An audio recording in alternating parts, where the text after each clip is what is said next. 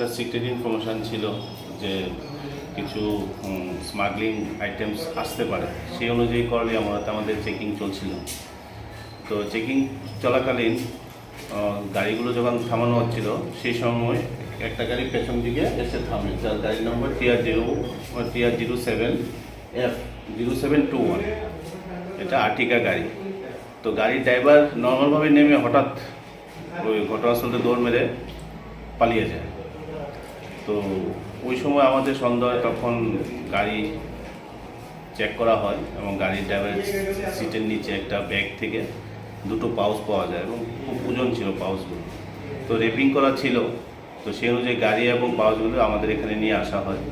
তখন আমরা একজন DCM শুভ্রজিৎ দাস, আমাদের সোনামুড়া DCM, ওনাকে কল করা হয়। তো ওনার সামনেই ওই র্যাকগুলো খোলা হয়।